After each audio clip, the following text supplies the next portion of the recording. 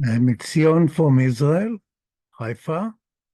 Today, the 30th of November, 2024. As usual, we start with musical piece. This musical piece was performed about 7 years ago in the town I lived before I moved to Haifa. Name of the town, Mehera, and we used to perform often before the Independence Day, the Memorial Day of the soldiers who fall in battle for the sake of the country. So I will share with you this piece, and you can see me playing the bassoon in the front. Of course, I'm not sharing all these pieces because of me, but I prefer to use the pieces where I'm participating. And the point is, again, to emphasize the potentials of various individuals getting together and act like one body.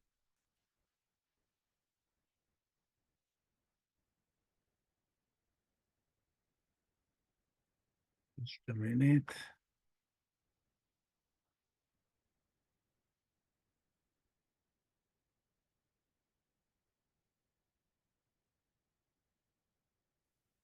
המדינה הותיר בליבנו חלל גדול. לזכרם נרכין ראש, נניח פרח, ונציגי המשפחות השכולות ידליקו אבוקות זיכרון. רב סמל מתקדם, יוסי קירמה, זיכרונו לברכה.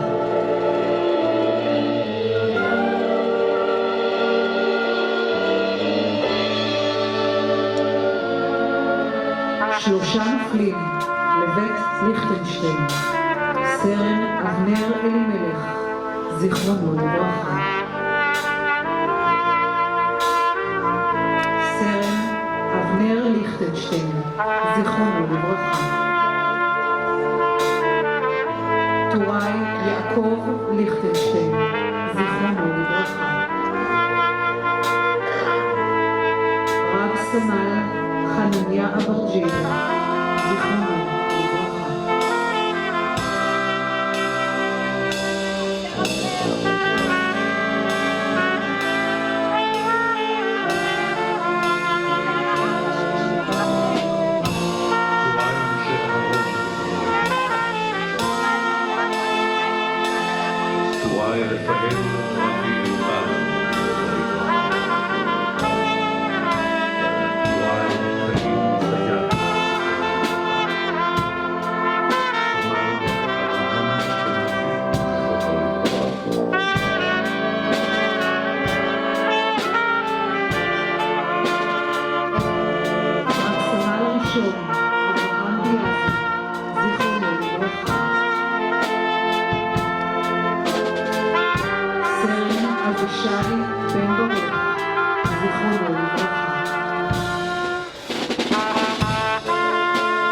סמל ראשון, נחום בן דוד, זיכרונו לברכה. סמל אלברט בן זפין, זיכרונו לברכה.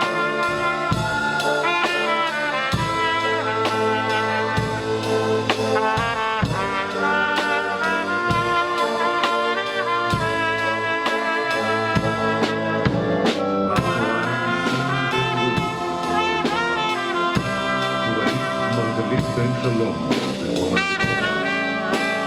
הראשון מתן אסי, זיכרונו לברכה. סגן הילה ושתן, זיכרונו לברכה. סגן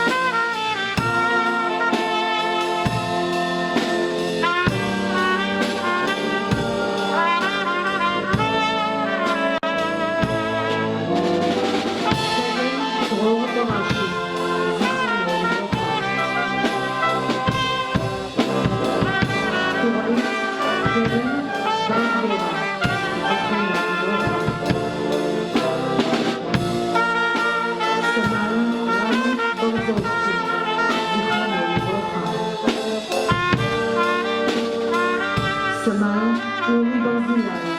זיכרונו לברכה. סמל ראשון יורם בר לוי, זיכרונו לברכה.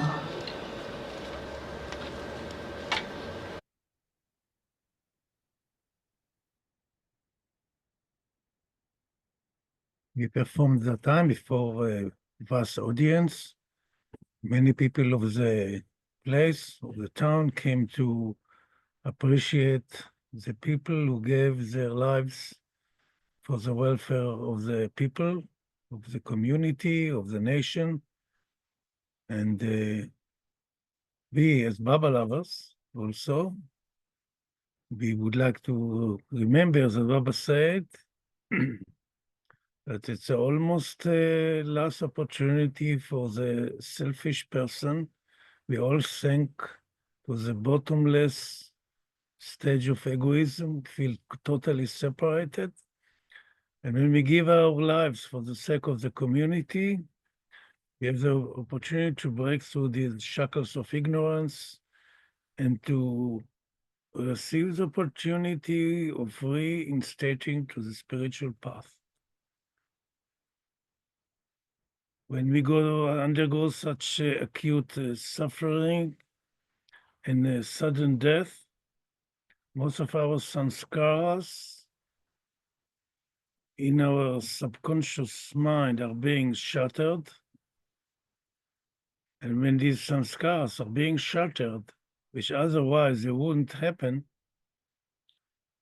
then we are entitled to re-enter the spiritual path. Otherwise, if we cannot enter any longer to the spiritual path, there's no justification for our existence. There's no justification for the existence of the creation.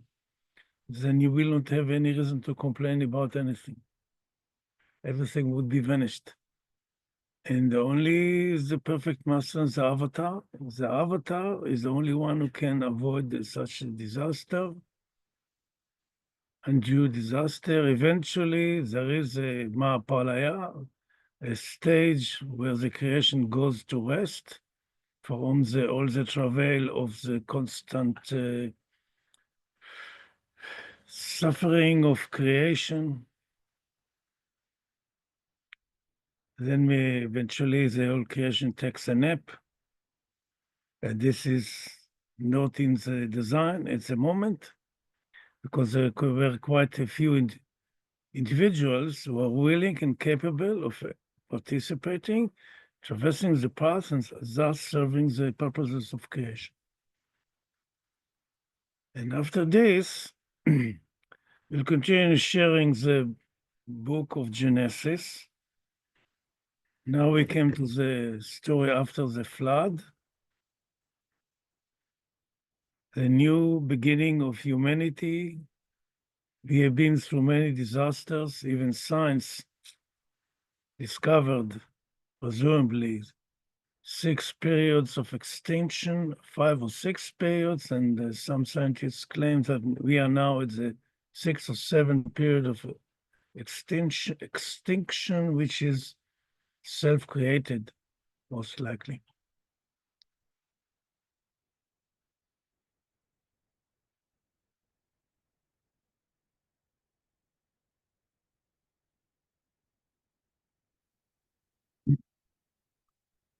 Last week, we stopped here.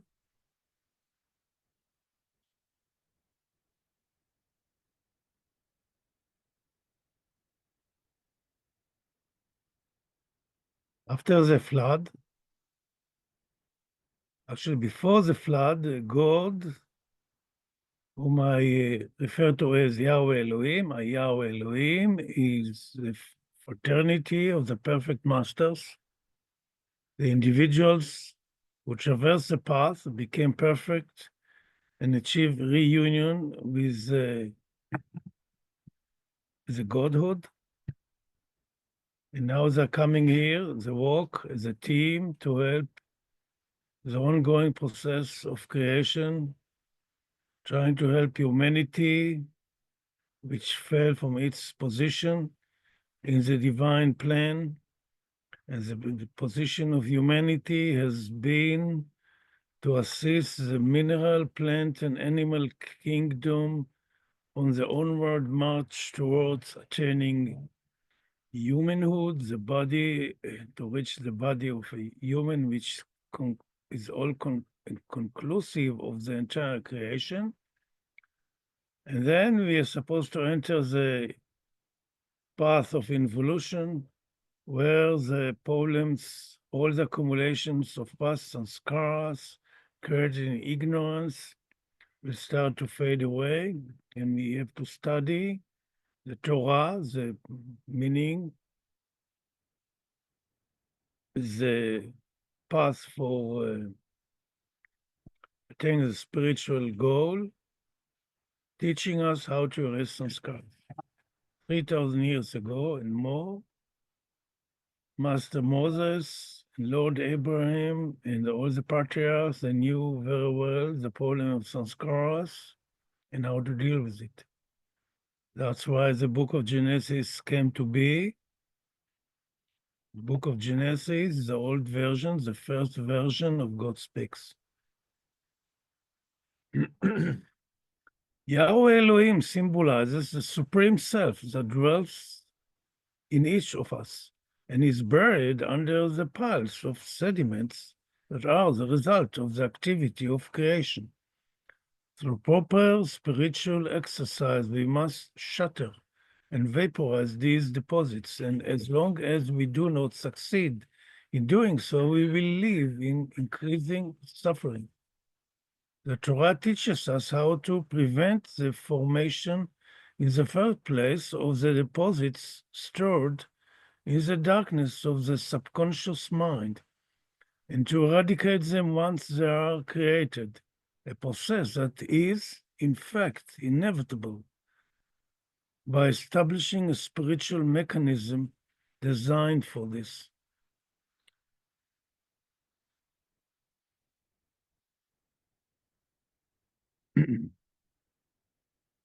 This is the role that the people of Israel were destined to play under the leadership of Moses and the prophets who followed him. Just a reminder, Israel means the God-man.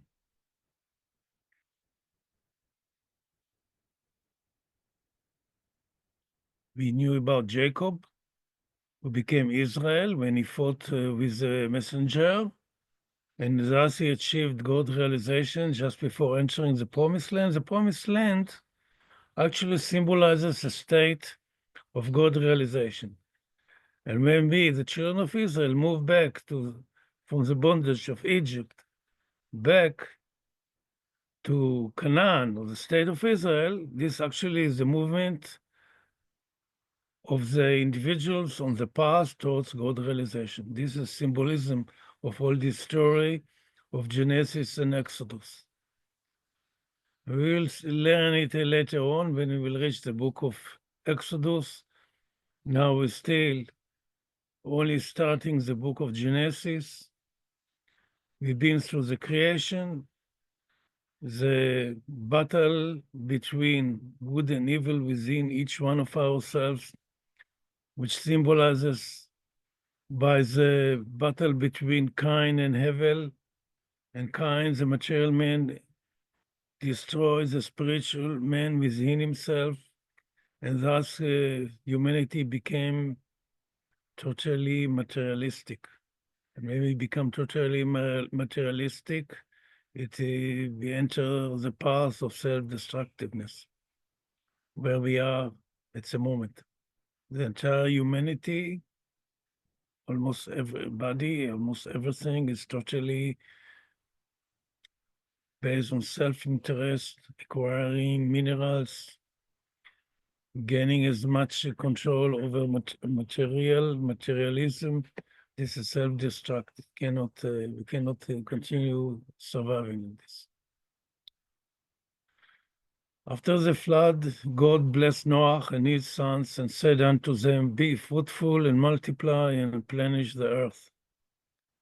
And the fear of you and the dread of you shall be upon every beast of the earth, and upon every fowl of the air, and upon all whereof is the ground, teemeth, and upon all the fishes of the sea into your hand are they delivered. Every moving thing that liveth shall be for food for you.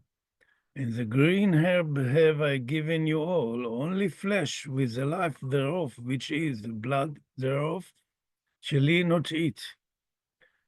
And surely your blood of your lives will I require, at the hand of every beast will I require it, and at the hand of man, even at the hand of every man's brother, will I require the life of man. Whoso sheddeth man's blood, by man shall his blood be shed. For in the image of God made he man.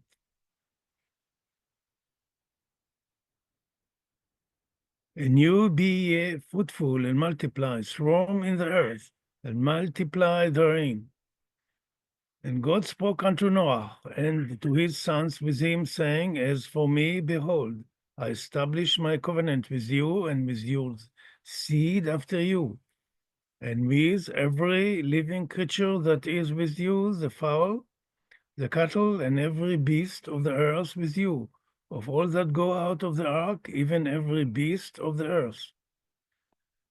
And I will establish my covenant with you, neither shall all flesh be cut off any more by the waters of the flood, neither shall there any more be a flood to destroy the earth.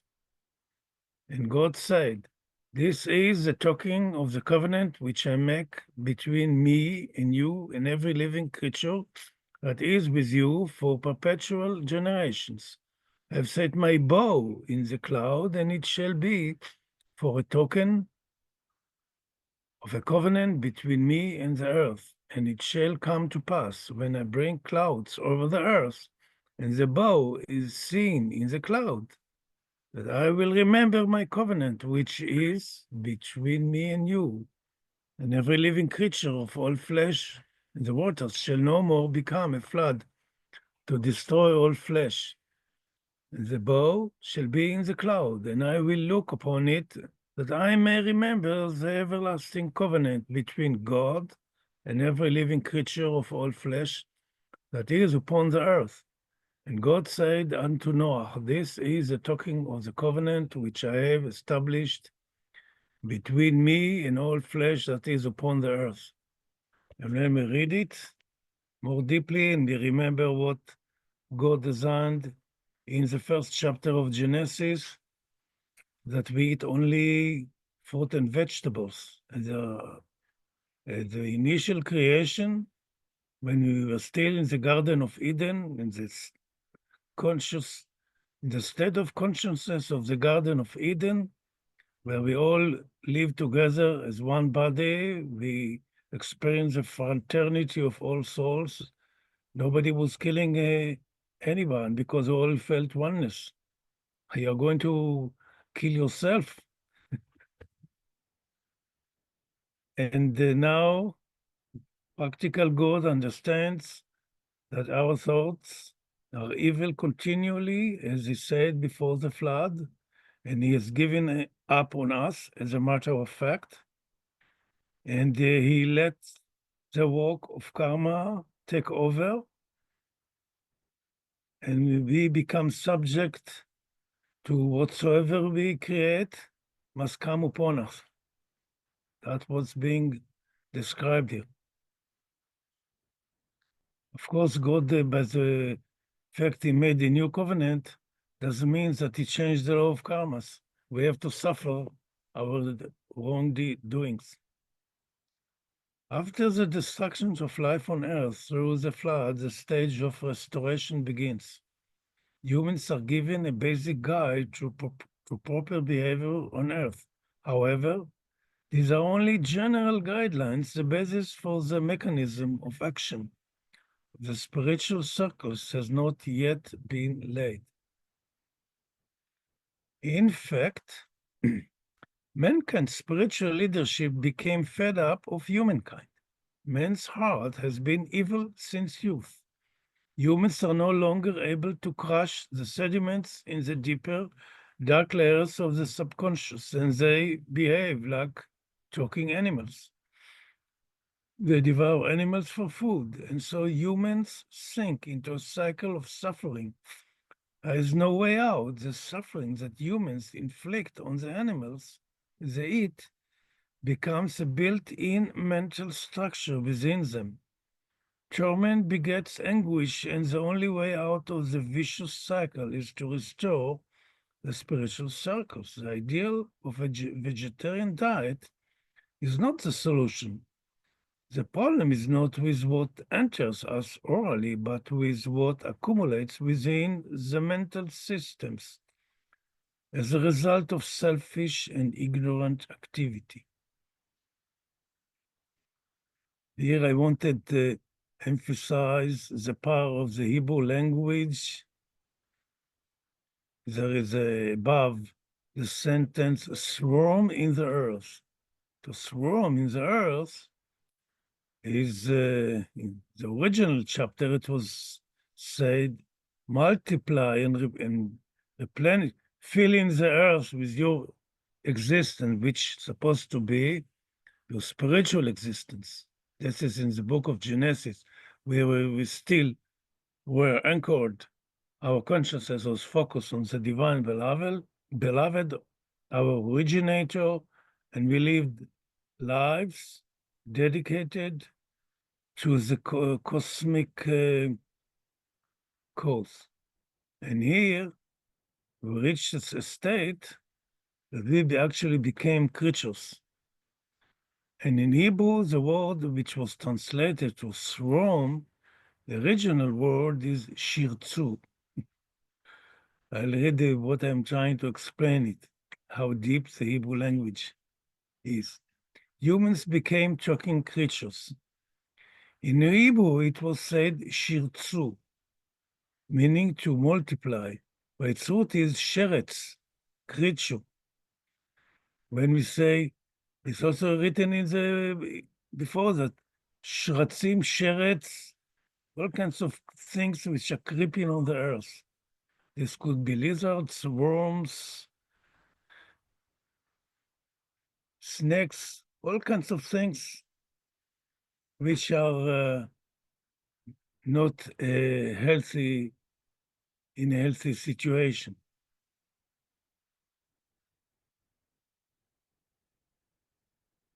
A person whose passions prevail is nothing but a creature. Also, Meherabad says that we are talking animals.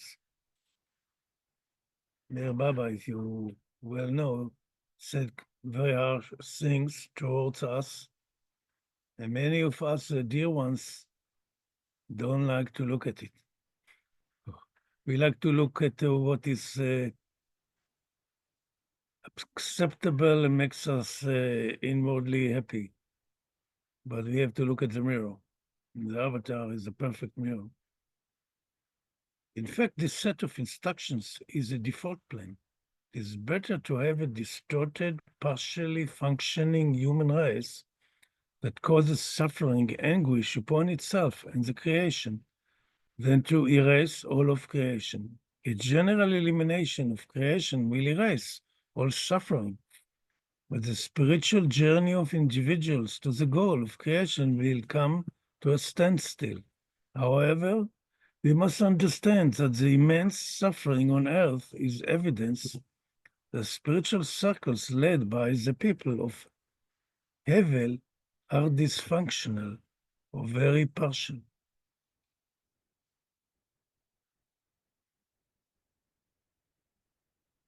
Found a little error here. I'm going to correct it. It was translated Hebel. It should be Hevel.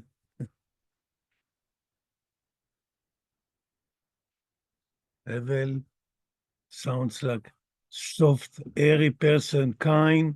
The material person sounds hard. You can just hear the names, and you understand the meaning of Kain and Hevel. Hebrew is a very precise language and very unique.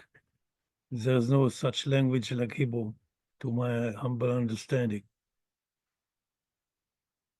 Here we come to the story of Babylon. And the whole earth was one language and of one speech. And the original language is most likely was Hebrew, or what we call the mother tongue. Most likely Hebrew was derived from it, and we could understand from my first explanation. So on the verse of creation, the very first verse, you can understand it only through the Hebrew language. And all the translations are completely wrong, all of them. The people who read it literally don't understand what is behind the words. You have to experience it. And as I told you in the beginning of the series, Baba let me experience the meaning of the very first verse of creation while I was touring, walking in Meherabad, and I had the experience, the avid experience, the moving expression of the words as if you see it in a movie. Spoke about this in the very beginning. We are not going back to it. You can search in the archives, Genesis 1, 2, 3, and you there explained my experience. And it came to pass as they journeyed east that they found a plain in the land of Shinar, and they dwelt there. And they said one to another, "Come, let us make brick and burn them thoroughly." And they had brick for stone, and slime had they for mortar. And they said, "Come, let us build us a city and a town with its top in heaven, and let us make us a name, lest we be scattered abroad upon the face of the whole earth." And the Lord came down to see the city and the tower, which the children of men builded. And the Lord said, "Behold, they are one people, and they have all one language, and this is what they begin to do. And now nothing will be withholding from them, which they purpose to do. Come, let us go down and there confound their language, that they may not understand one another's speech."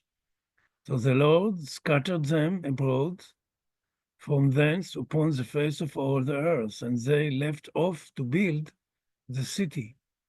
Therefore was the name of it called Babel, because the Lord did there confound the language of all the earth. And from thence did the Lord scatter them abroad upon the face of all the earth. Babel, Babylon, in Hebrew, the root word is bilbul, lebalbel, to mix together.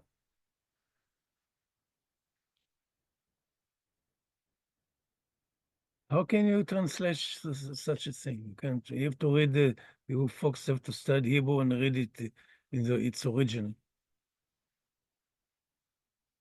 And the only place to do it currently is the state of Israel, where the people speak the language, they speak, they read. We were reading the Hebrew Bible in school, and there we could experience some of it. And the only place on earth, the only country where we can read the original version of God's specs. As far as I'm concerned, this is the main reasons of the existence of this country.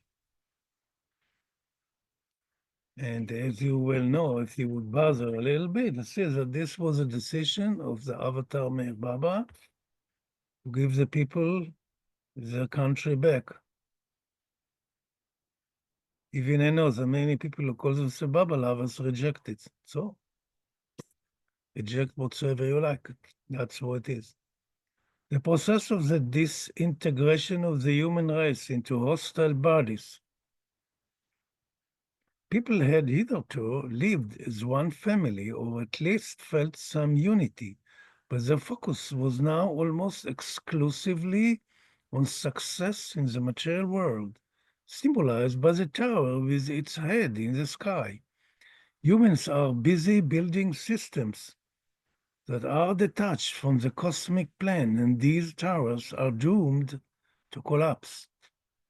The incessant failures of men when blaming each other began to disintegrate the certain unity that prevailed among men.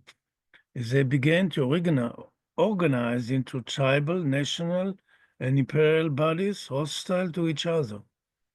When this occurred in the timeline, we do not know, but all the findings indicate that this is how things have been happening since time immemorial.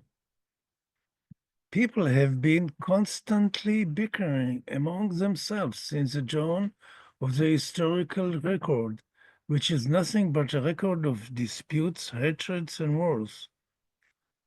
And recently I discovered in the internet, I was searching for the first murder, and they found the skull broken in the throat. It is shattered. You can see by presumably an axe or some sharp material. We shattered the skull, and the date, the science concluded for the age of the skull, 450,000 years ago. We're killing each other. We lost our spiritual heritage a very long time ago.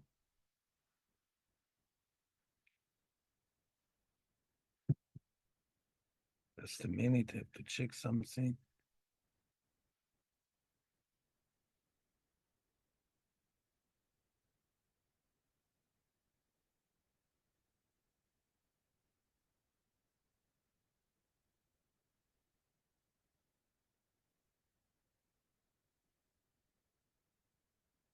Okay, we'll continue. I had some message to respond.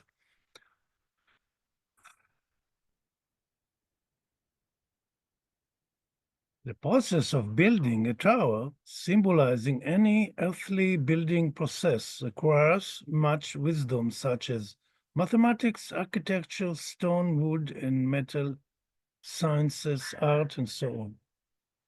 All of these may develop mental abilities in a person that can be used in the process of attaining super consciousness. But even when these mental abilities reach their peak, it is not super consciousness. Here another problem arose. Humans began to make the mistake of seeing the development of the intellect alone as a goal. They began to worship people with extraordinary intellectual abilities. But there is no intellectual capacity that can solve the mysteries of creation. So even this path is doomed to failure. And since the minds of men are not under the supervision of superconscious beings, such a mind usually brings disasters to mankind in the form of the development of instruments used for the warlike domination of one group or over another, to subjugate the weaker group to the selfish needs of the strong group, whose sole purpose is to develop means and capabilities to control other groups. As history shows, all these efforts are doomed to failure. All kingdoms and empires have collapsed. And so will the fate of all the kingdoms and empires that men built with the blood of their hearts.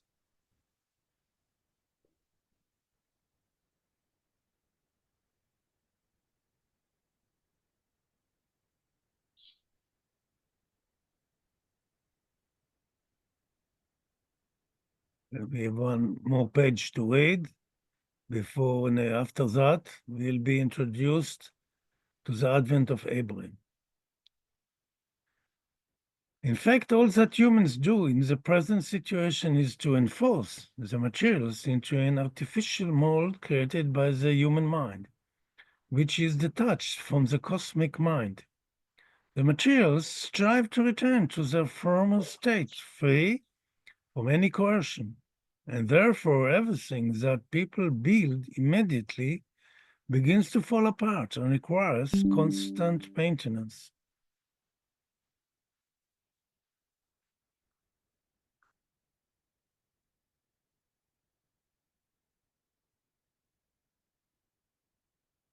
The physical body created by the infinite intelligence maintains itself without any difficulty for long periods and is capable of existing for hundreds and thousands of years. The ancient historical records bear witness to this, and today we also find bodies of animals and plants that exist for hundreds and thousands of years. When humanity forsook the focus of the purpose of creation, then the elements that make up his body felt that they were no longer acting by the power of love, but from coercion. They feel that they are serving a selfish entity, concerned only with itself and not with creation.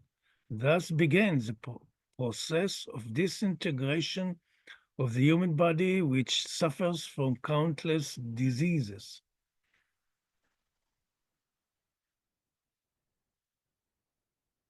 Unfortunately, many of us, even here, the spiritual people, don't understand this, as I can see it. And this is a real tragedy. If you would have some understanding of what is being offered here, then hopefully you would take the necessary steps to heal humanity. But it's not happening.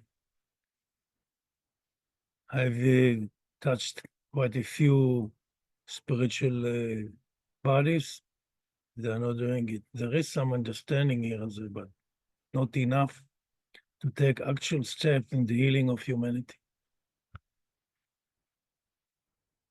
This raises another question. Is a person of a high spiritual level a righteous and selfless person who lives entirely for the sake of creation? A person who does everything for the benefit of people without any self-interest? Is he in good health at all times and his life is long and happy? We see that such people also suffer and get sick like everyone else, and often the suffering is greater. Ostensibly, the elements that constitute such a person's body are happy to participate in the higher atmosphere he inspires.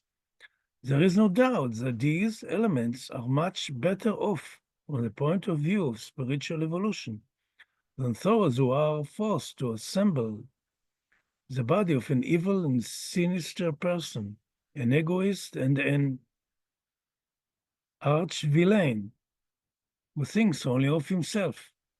The entire human race is in fact one entity, and the sense of separateness and selfishness that we all feel is an illusion.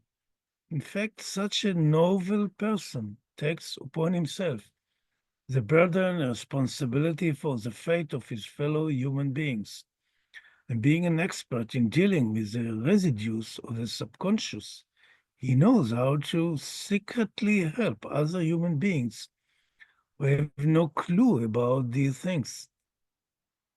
When we reach a stage where we know how to handle the subconscious residues of other people, this process is fraught with anguish.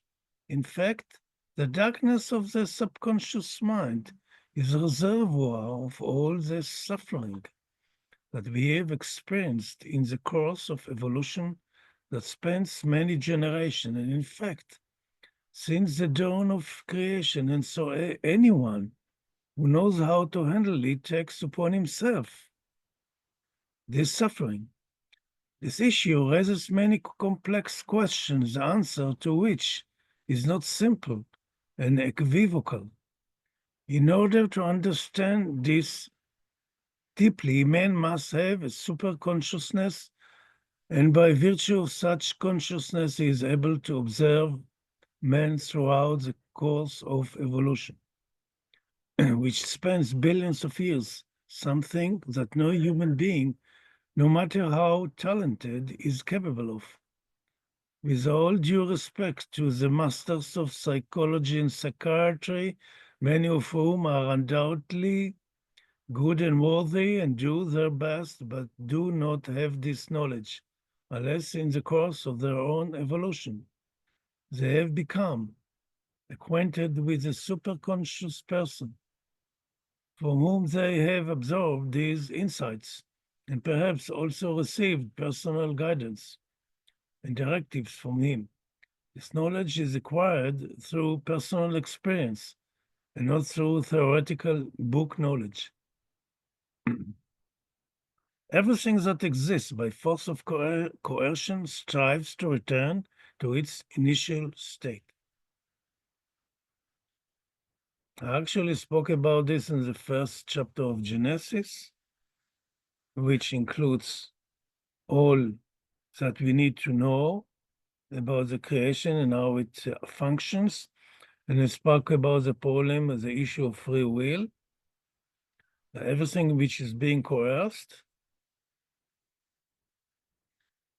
strives to come back to where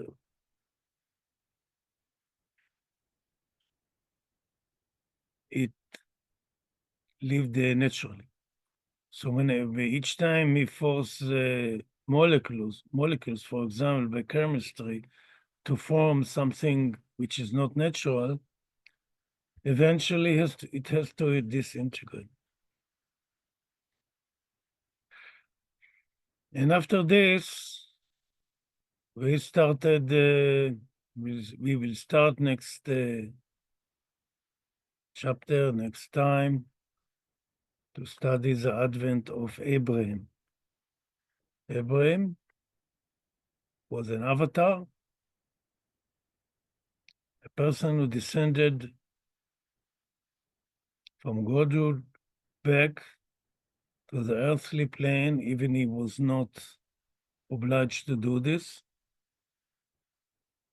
And he comes again and again, the avatar, to help us come back to our true position. And to conclude it, I already love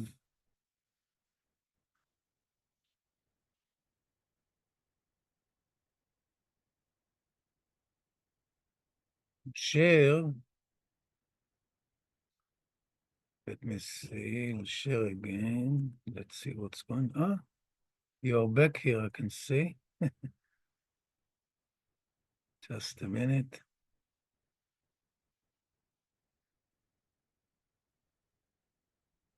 You came back. Are you? Nice to see you. Okay, I came to the right time. I finished reading this chapter of Genesis, and I like to conclude with, might be always good, conclude with the Mehera story.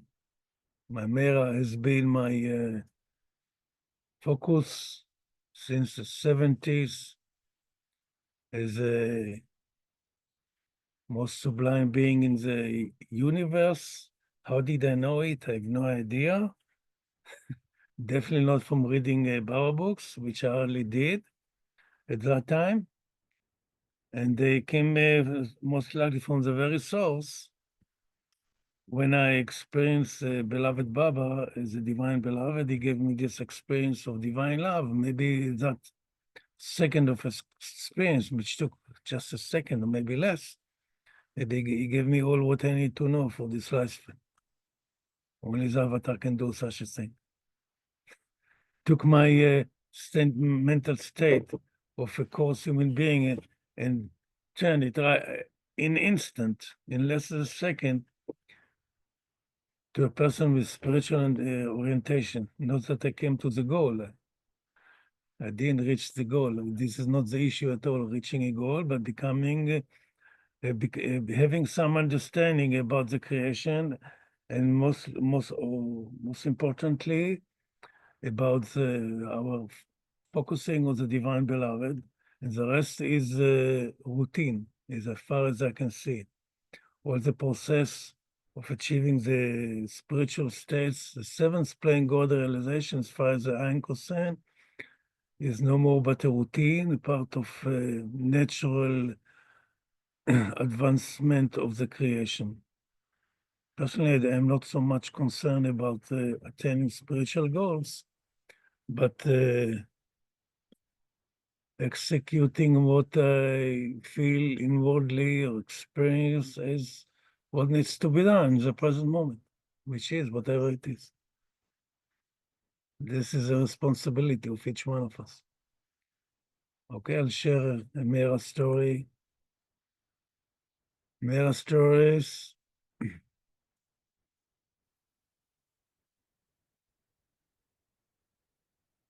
In my Meher Baba Israel site, meherbabaisrael.com, you see a very simple name. If you go English section, articles, letters, photos, etc., articles, under articles, you have Upasi Maharaj. We have the unstruck music of Maud Kennedy. He says all kinds of which are wrote, and the Baba skits. Now in the Baba skits. But before I'll start narrating Mehera's story, I would like, by accident, while I was in Meherabad more than 20 years ago, I made a booklet, a virtual booklet of the murals or on the PC, the old place where we used to stay there. This is a guide to the murals. I took the pictures of the murals which Lynn Ott and Phyllis Ott were drawing for Baba for the new MP in the PC, for the new hostel. And Phyllis Ott gave me permission to do this. The original booklet was in black and white. So I took photos of the pictures and corrected them with Photoshop, because, you know, you take pictures by camera, they don't look straight. So you can enter this and see, enjoy this little booklet online.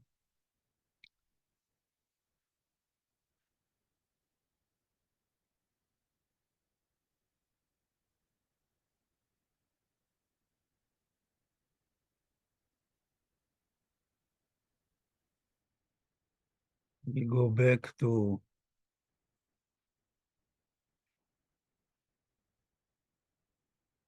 it disappeared. You never know with this.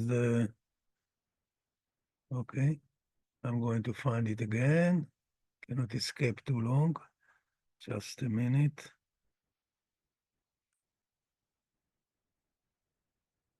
Here it is. Discovered it. These things have the tendency to escape. They have the life of their own. Again, Baba stories. Often, I don't know why I was writing it. I was writing these skits to entertain the beloved. The very first one I wrote, I think it was 2001 or 2. I wrote it before we went to United States, with the United States tour, the last tour, 2002. And the first one was what I call the Brooklyn Bridge. This is just, I'm not going to enter it now.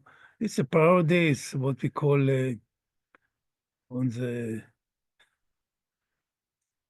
this is plain, we call it a nonsense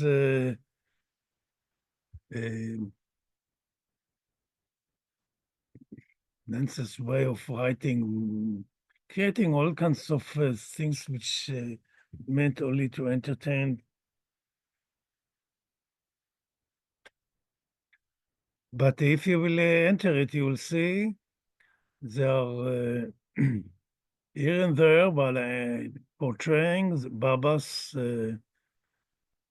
highest court in heaven, Baba in the center, our divine beloved, surrounded by the lords of creation, the supreme beings who create and destroy universes just by thought. They think, and the whole universe is coming to be from the very first to the very last in an instant. And for us, for example, just to create a wheel took tens of thousands of years. And they create an entire universe, entire cosmos, just with a split of a second. And Mehera is her own unique state. Mehera, to my experience,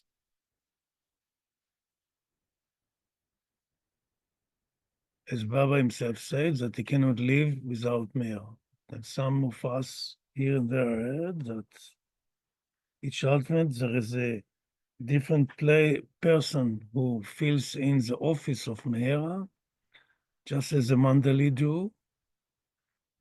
But this is, to my understanding, is not possible because the role of Mehera, the stage of being Mehera, was achieved once and cannot be achieved again. There cannot be two states of Mehera. That's my experience, at least.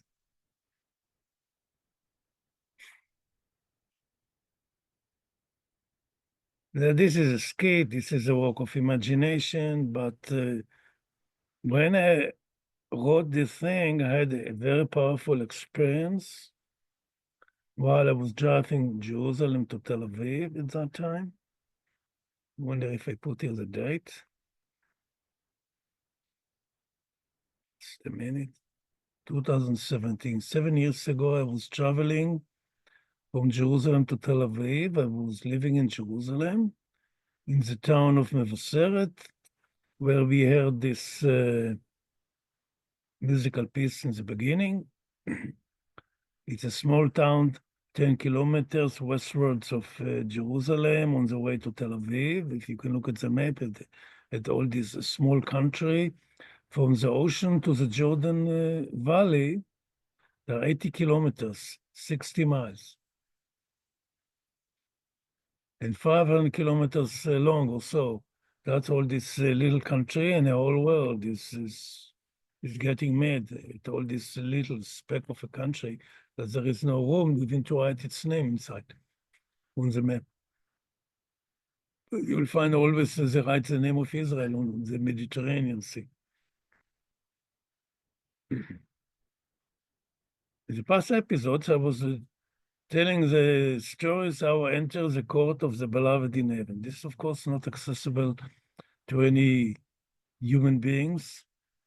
And I don't know if the perfect masters, the great masters achieve there, unless I don't know what is going on exactly behind the veil of all these things. But these are skits which are writing for fun. So take it this way. And if you feel being inspired and you feel that there is a sense of truth behind this, there is. And why I wrote this particular episode, this is the last story I wrote in the series of these skits. While I was driving from my town in Mevaseret to Tel Aviv, on the way, all of a sudden I was hit by a vision as if how the divine beloved enfolds his loved ones. Those persons who gave it all for him on the altar of his service. And only I saw his beloved face and his supreme love, the unusual love for his dear ones, which was overwhelming. So when I came back to myself, actually I lost my head at that time, must admit. Luckily, when I was hit by this vision, I just passed a station spot on the road, and there are only 2 or 3 spots like this on the whole, on that 50, 60 kilometers. And if this would hit me a minute before or after, I might have some situation because actually I lost my head from this vision, and I just managed to park on the side, and it took me half an hour at least to regain my composure. And if you would experience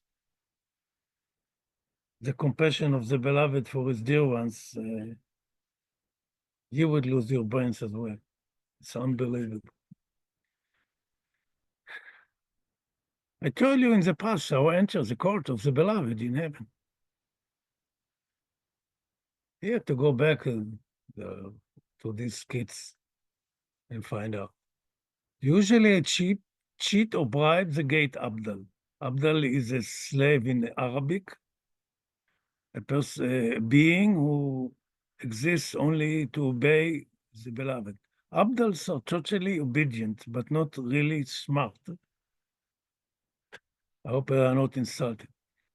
So each time I come up with a new trick to deceive them, they learn my old tricks, but cannot figure out the new ones. Therefore, I continue sneaking into the court of the Lord. Not once I was caught by Upasni, who threw me with a good kick in the butt back to the harsh physical plane. But the wonders of beloved's court are such that I am willing to pay any price just for a glimpse of his beautiful face, which is million times more fantastic than what we could witness when he comes to this coarse plane, and of course to tell you all kind of stories. Of course, the Lord knows about my criminal activity, but it seems that he is amused by that mischief, amidst the most perfect place in the creation. It is hard to describe the serenity, the absolute centering of all concerned. The beauty, the dancing angels, the divine orchestra playing the celestial music, etc., etc. Actually, all that I am trying to portray here is like a shallow pudding. There is no language that is capable of expressing the wonders of the spiritual realms. The highest court in heaven comprises of the divine beloved as a center, surrounded by the laws of creation, almighty beings who create and destroy universes by thought only. The divine beloved, the center of all that is happening, actually does nothing. He is, however. What he really does is to keep on creating new states of consciousness, which usually he does when he comes to planet Earth. What we call an avataric advent. His real mission on Earth has been to create a new state of consciousness, a new state of consciousness which did not exist in the universe before. Humanity has become a challenge for the entire spiritual hierarchy, and only the highest of the high has ways of dealing with it. The consequences of his work are new states of consciousness which affect all realms in creation. Why on earth? It is due to the fact that currently planet Earth is a school where souls can advance, learn, and achieve the highest goals of creation.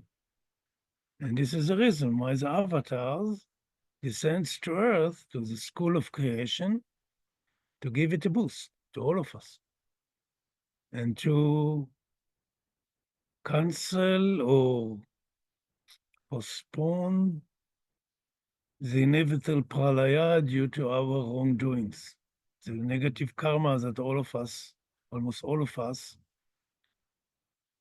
have been creating. Every new day, a day is a period of divine activity meant to create a new state of consciousness which didn't exist before. And also in the book of Genesis, we speak about the 7 days. A day, period of creation, creating new state of consciousness. Mehera used to come and adore her beloved with a garland made of the most beautiful flowers in the creation. She used to travel with her gopis from universe to universe, visiting their most wonderful gardens for each universe she would pick one flower, and thus would weave eventually a garland for Baba, which would please him very much. Actually, the lords of the universes compete between themselves who would plant the best garden in order that Mehera will choose a flower from it. This is actually the real celestial wars in heaven. The universes are on a constant drive to create the most beautiful gardens for Mehera.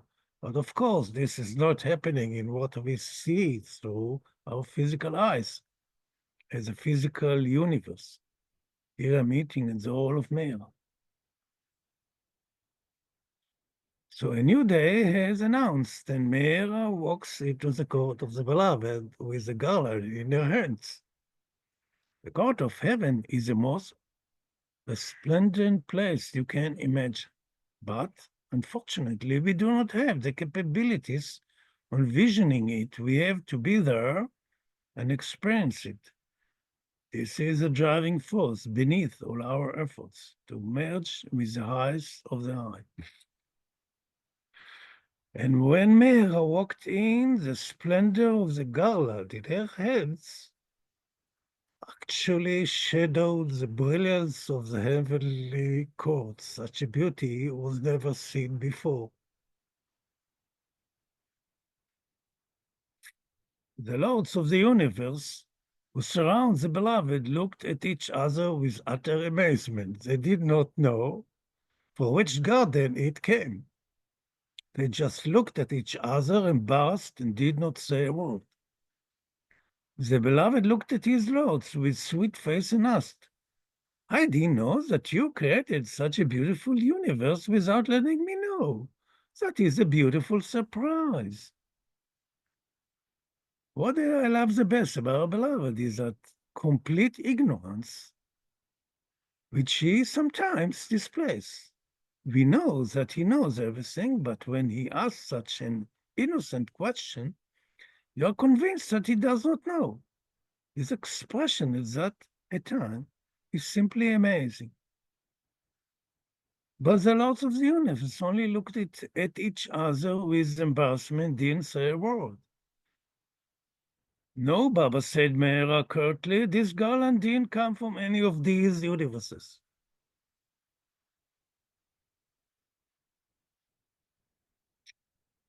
From where did it come? This garland has been woven from your most dedicated lovers who gave their lives on the altar of serving you. Over the ages, Mehera was collecting all the martyrs who lost their lives on the altar of truth.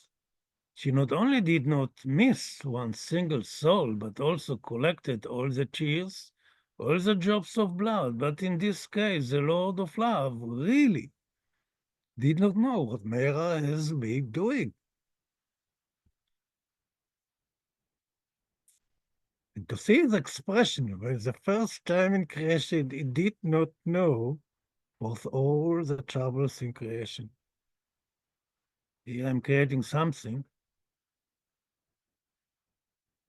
which explains something. Hope you understand what I'm trying to say. Baba looked intently at the garland, and sure enough, these were not ordinary flowers, but faces of countless persons. The faces were exceptionally beautiful, and their collective glow shadowed the overwhelming splendor of heaven. These are my lovers from planet Earth? Yes, Baba. You great lords keep on telling me to dismiss this wretched humanity. It is of no use. Too much suffering, too much ignorance. A hopeless case. How did planet Earth have generated such a garland? I have never seen such beauty from day one of the creation. But the lords of creation looked at each other with total embarrassment and didn't say a word.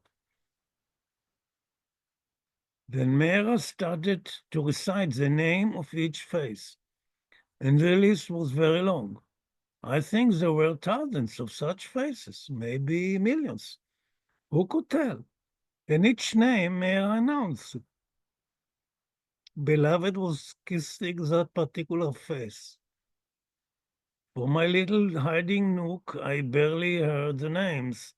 The divine orchestra was playing at a full volume due to Beloved's pleasure. But somehow I heard a few names. The tears of Moses, the seven sons of Hannah, the blood of Prophet Zechariah, the first Christians who were made torches by Nero. El Halaj, I think Baba kissed his face twice. The endless martyrs of the Inquisition. Giordano Bruno, William Tyndale, and endless names I have never heard of. All these people were the martyrs on the truth. You can check who they were.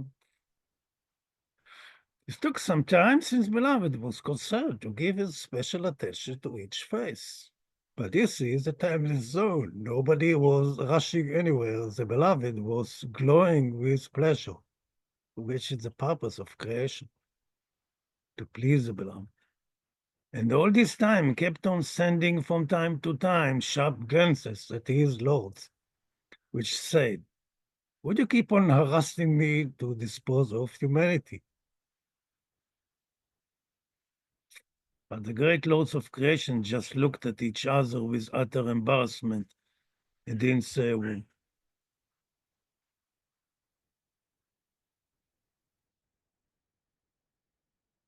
Okay. There's a skit I wrote, that's the last skit in the series.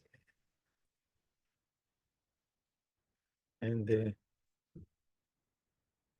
what happened that I really experienced it. I had a real experience of this episode. It's hard to describe. I hope you liked it. And I guess we'll see you again. If so, you are willing next week. Tell you more stories. Endless stories. No end to this.